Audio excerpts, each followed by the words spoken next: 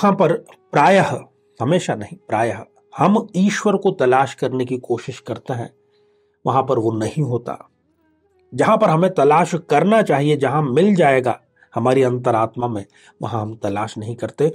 साथ ही जो कुंडली विश्लेषण का हमारा कार्यक्रम अंत में होगा, उसमें हम जानेंगे कि क्यों एक कन्या को मंगल दोष ने संतान से वंचित रखने का कार्य किया।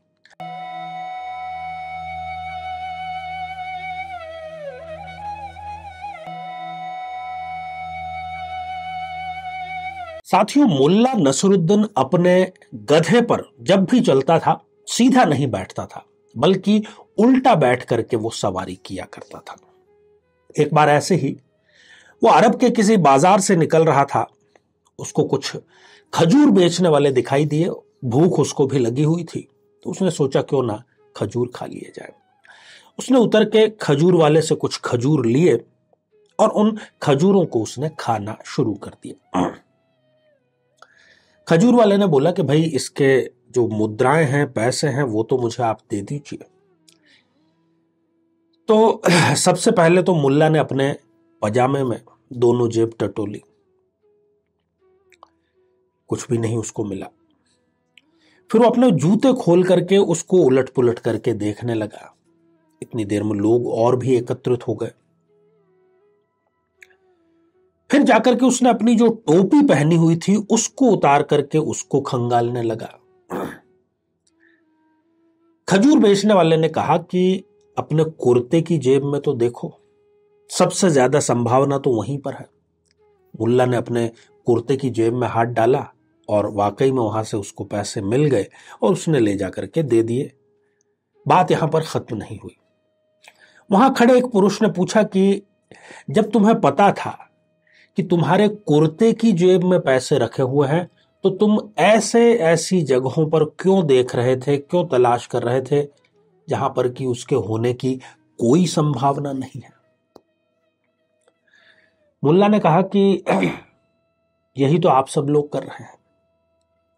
उसने अपने दार्शनिक लहजे में बहुत बढ़िया मैसेज एक दिया कि जहां पर प्रायः, हमेशा नहीं, प्रायः हम ईश्वर को तलाश करने की कोशिश करते हैं, वहां पर वो नहीं होता।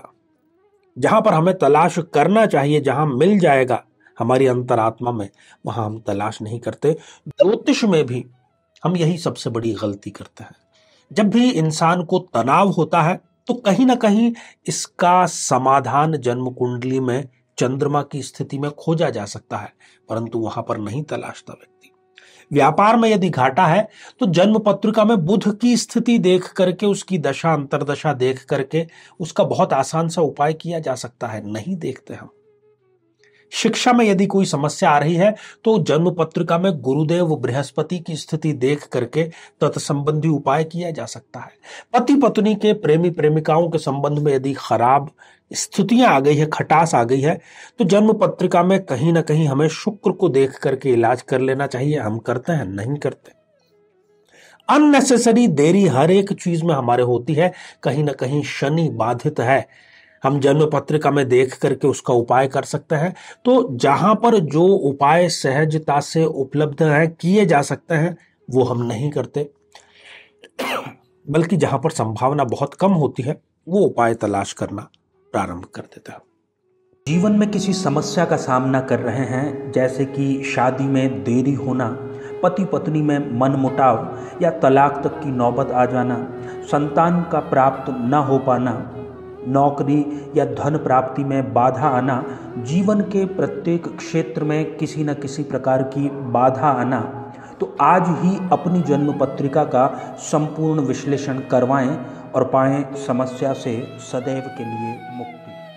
तो मेरे बहुत ही प्रिय और बेहद सम्मानित साथियों, हृदय की असीम गहराइयों से अभिनंदन, बहुत बहुत हार्दिक स्वागत साथियों। आज 4 जनवरी 2023 की चर्चा करेंगे, 12 राशियों की चर्चा करेंगे और जानेंगे कि आज का जो दिन है वो कैसा रहने वाला है, कैसे आप कुछ आसान से मनोवैज्ञानिक उपायों से, कुछ अपने कृत्यों से इसको बेहतरीन बना सकते हैं। साथ ही जो कुंडली विश्लेषण का हमारा कार्यक्रम अंत में होगा, उसमें हम जानेंगे कि क्यों एक कन्या को मंगल दोष ने संतान से वंचित रखने का कार्य किया। तो पंचांग पर एक दृष्टिपात करते हैं। बुधवार पौष शुक्ल त्रयोदशी है, रोहिणी नक्षत्र रहेगा, योग शुक्ल है और करण तैतिल व कौलव रहेंगे।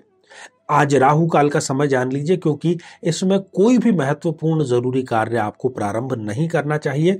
दोपहर के 12:26 से लेकर के दोपहर के 1:43 अर्थात 43 मिनट तक ये रहेगा।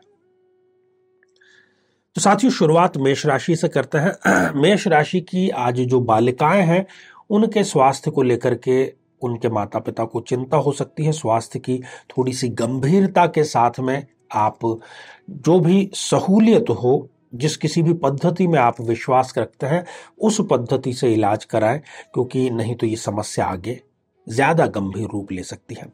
सोशल मीडिया से आज आपको दूरी बना करके रखना चाहिए। बहुत जरूरी कार्य है, कोई आपके बिजनेस से ही जुड़ा हुआ है, केवल उसी समय तक सीमित रह करके सोशल मीडिया का कार्य आपको करना चाहिए।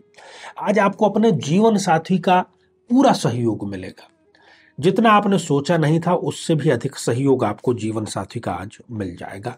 वृषभ राशि, आज जो दिन है उसको हम कहें कि आरामदायक दिन रहेगा तो बिल्कुल भी गलत नहीं होगा। हाँ, इस आराम के साथ ही आप कुछ नया भी सीख सकते हैं, जो कि बेहद आवश्यक है। और जहां कहीं पर भी आपको अपनी रक्षा करनी हो, चाहे वो वैचारिक रक्षा हो, शारीरिक रक्षा हो, मानसिक या फिर इमोशनल रक्षा ही क्यों ना हो, आपको स्वयं करनी चाहिए। किसी दूसरे पर डिपेंड मत रहिए आप। मिथुन राशि, आज नए लोगों से आपका मेलजोल बढ़ेगा और यह आपके लिए फायदेमंद रहेगा। अपनी संस्कृति से आपका जुड़ाव भी होगा, कुछ नई चीजें भी आपको देखने को मिलेंगी, सीखने को भी मिलेंगी और संध्या या उसके पश्चात आप धार्मिक कार्यक्रम में भी हिस्सा जरूर लेंगे। कर्क राशि, आज किसी भी प्रकार के, वैसे तो हमेशा ही, परंतु आज खास तौर पर किसी भी प्रकार के नशे से आपको कोसों दूर रहना चाहिए।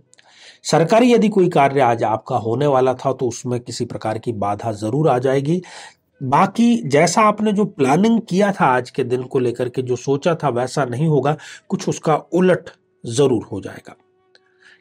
साथियों, आगे बढ़ने से पहले आज के जो पहले कमेंट है उसका समय हो चला है। तो ये अमदास गौरव जी ने लिख भेजा है, हर हर महादेव। अमदास जी, आशीर्वाद हृदय की असीम गहराइयों से। सिंह राशि, आज आपको संतान से संबंधित किसी प्रकार के तनाव की स्थिति का सामना करना पड़ सकता है। उससे संबंधित किसी बड़ी शिकायत का आपको सामना करना पड़ सकता है। बाकी दिन भर में कोई भी गलती करने की गुंजाइश नहीं है। कार्य इस प्रकार से करें कि एक एक तो आपको बचाना है अपना मिनट, और साथ ही गलती की संभावना न्यूनतम, बल्कि मैं कहूं कि शून्य रखें तो ज्यादा बेहतर रहेगा। कन्या राशि, आज सोशल मीडिया से आपको भी दूरी बना करके रखनी चाहिए। जिस किसी भी कार्य को आप हाथ में लेते हैं उसमें पूरा डूब करके कार्य करें, परिणाम आपको जरूर मिलेगा।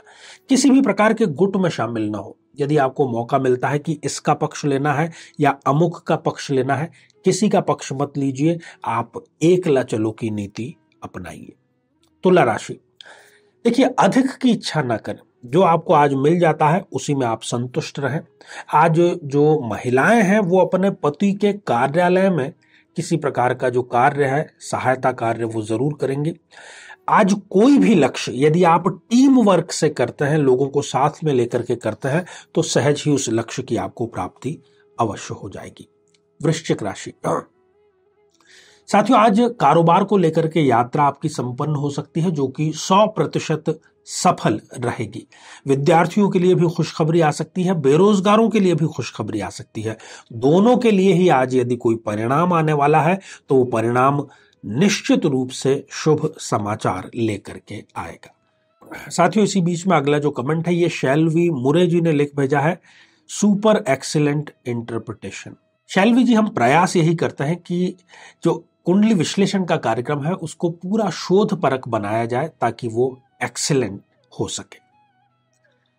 धनु राशि, आज लंबे समय से चले आ रहा जो विवाद है उसका अंत हो जाएगा। खास तौर पर आज ऐसे स्वास्थ्य जिसमें किसी प्रकार के बीपी या डायबिटीज के जो मरीज हैं उनको अपना ध्यान विशेष रूप से रखना चाहिए। बाकी सभी के लिए आज का सूत्र है कि शांति बनाए रखें, इसी में सार है।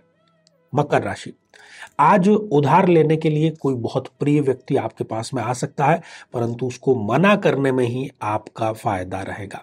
ऑफिस में कार्य को लेकर के तनाव की स्थिति उत्पन्न हो सकती है। कार्य आप करेंगे, क्रेडिट कोई और लेकर के जा सकता है।